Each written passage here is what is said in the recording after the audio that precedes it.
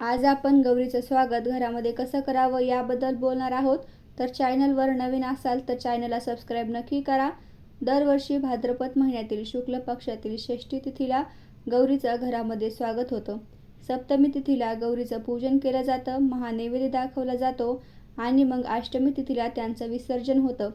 आपापल्या परंपरेनं घराच्या उंबरठ्यातून गौरीला आत आणताना जिच्या हातात गौरी असते तिचे पाय दुधाने किंवा पाण्याने धुतात। नंतर त्यावर हळदी कुंकू वाहून कुंकुवाने स्वास्तिक काढतात। घराच्या दरवाजापासून ते लक्ष्मी बसतात त्या जागेपर्यंत गौरीच्या पायाचे ठसे उमटवतात। गौरीचे मुखवटे आणले जातात आणि हे मुखवटे आणताना घंटानाद त्याचबरोबर वाटी चमच्याने सुद्धा नाद केला जातो।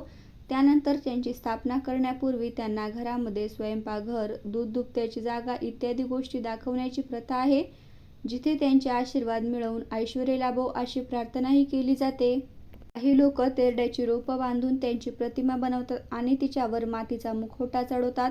या मूर्तीला साडी नेसवून त्या मूर्तीला दागदागिन्यांनी सजवतात।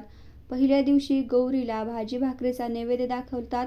ही प्रथा पश्चिम महाराष्ट्रात काही ठिकाणी दिसून येते। यालाच गौरी आवाहन करणे असेही म्हणतात। प्रत्येक ठिकाणी थोडी काही ना काहीतरी पद्धत वेगळी आहे। काही कुटुंबात गौरीचे मुखवटे असतात तर काही ठिकाणी पानवट्यावर जाऊन 5 किंवा 7 खडे आणून त्यांची पूजा करतात। काही ठिकाणी तर 5 मडक्यांची उतरण करून त्यावर गौरीचे मुखवटे बसवले जातात आणि त्यांना साडी नेसवली जाते। काही घरात गहू, ज्वारी, तांदूळ अशा धान्यांच्या राशी करून त्यावर मुखवटे ठेवतात। आज तुम्हाला बाजारात अनेक वेगवेगळ्या प्रकारचे स्टँड सुद्धा पाहायला मिळतील, ज्या स्टँडचा वापर करून गौरींना साडी नेसवली जाते। सुपात धान्याची रास ठेवून त्यावर सुद्धा मुखवटे ठेवण्याची प्रथा आहे। तेरड्यांच्या गौरी सुद्धा असतात। त्यांची रोपं अगदी मुळासकट आणली जातात आणि त्यांची मूळ जणू गौरीची पावलं असतात। आधुनिक काळात गौरीच्या मांडणीमध्ये आणि रूपामध्ये आधुनिकता दिसून येते। आगमनाच्या दिवशी मुखवट्यांची तसंच त्यांच्या हातांची पूजा होते। त्याच रात्री गौरी उभ्या केल्या जातात आणि त्या गौरीसह त्यांची मुलं सुद्धा असतात। दुसऱ्या दिवशी म्हणजे ज्येष्ठ गौरी नक्षत्रावर गौरीची पूजा होते। आरती झाल्यानंतर गौरींना महानैवेद्य दाखवला जातो। नंतर संध्याकाळी आरती केली जाते। पुरणपोळी, आंबाडीची भाजी, ज्वारीच्या पिठाचा आंबील, 16 भाज्यांची एकत्र भाजी, 16 प्रकारच्या कोशिंबिरी असा वेगवेगळ्या प्रकारचा नैवेद्य वेगवेगळ्या गावात पद्धतीनुसार दाखवला जातो आणि त्याच संध्याकाळी महिलांना हळदी कुंकवासाठी बोलवलं जातं।